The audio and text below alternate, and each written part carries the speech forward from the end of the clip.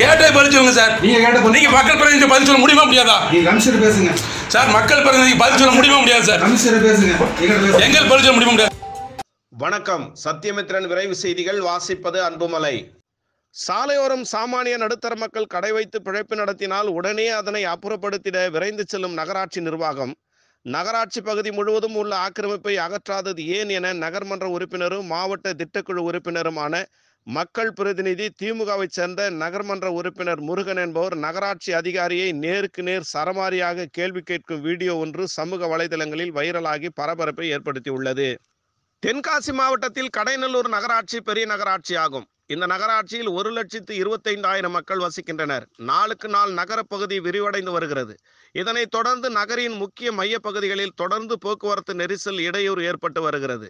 இதில் முப்புடாதி அம்மன் கோவிலின் தேர் ஓடக்கூடிய வீதியில் சட்டவிரோதமாக அதிகளவில் ஆக்கிரமிப்புகள் செய்யப்பட்டு தினசரி மார்க்கெட்டாக செயல்பட்டு வருகிறது. மேலும் காவல் நிலையத்திற்கு செல்லும் வழியில் பம்பா கால்வாய் ஓடையொட்டி தேசிய நெடுஞ்சாலையில் ஆக்கிரமிப்பு செய்யப்பட்டுள்ள கடைகள் அகற்றிவிட்டு அந்த இடத்தில் பொதுமக்களுக்கும் பயணிகளுக்கும் பயனுள்ள வகையில் கடைநல்லூர் நகராட்சி நிர்வாகம் சார்பில் கழிப்பறை வசதிகள் அமைப்பதற்கு பல முறை மனுக்கள் கொடுத்தும் நகராட்சி நிர்வாகம் இதுவரை எந்த நடவடிக்கையும் எடுக்கவில்லை. மற்றும் நகரின் முக்கிய பகுதியில் ஏராளமான ஆக்கிரமிப்புகள் உள்ளது.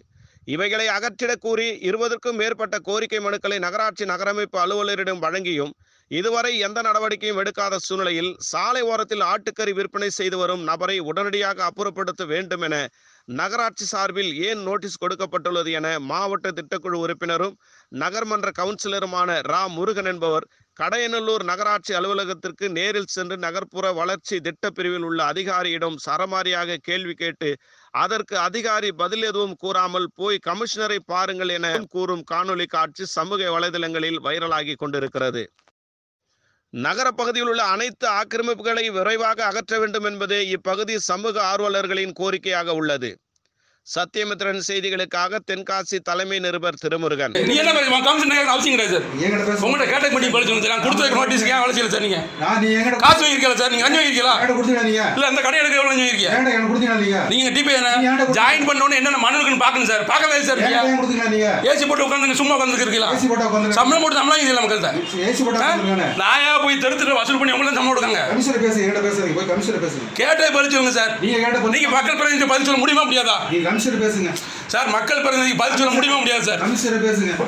எங்கள் பதில் சொல்ல முடியுமா முடியாது சார்? எம்சிக்கு பதில் சொல்ல முடியுமா முடியாதா? எம்சி வந்து கமிஷனர் தான் பேசுறீங்க. கேட்க கூடாது. ஒரு மாவட்ட திட்டக்குழு கேட்க பதில் சொல்ல முடியுமா முடியாது சார்? கமிஷனர் பேசுங்க போங்க. திட்டக்குழு கேட்பேன் சார். பதில் சொல்ல முடியுமா முடியாது சார்? கமிஷனர் பேசுங்க போங்க. கமிஷனர் வந்து திட்டக்குழு பேசணும் அவசியம் கிடையாது. நான் உங்கள்கிட்ட தான் கேட்பேன். பதில் சொல்லுங்க. நீங்க நேரடி பேசுங்க. நீங்க கமிஷனர் சார் நேரடியாக கேட்பீங்க. கேட்க முடியாது உரிமை நீங்க சண்டை போடாதீங்க. சண்டை போடுறது கேட்டை பதில் சொல்லுங்கன்னா என்ன அவுட் வேணும் எனக்கு அவசியம் இருக்கு. கமிஷனர் பேசுங்க. கமிஷனர் பேச அவசியம் இல்லை சார்.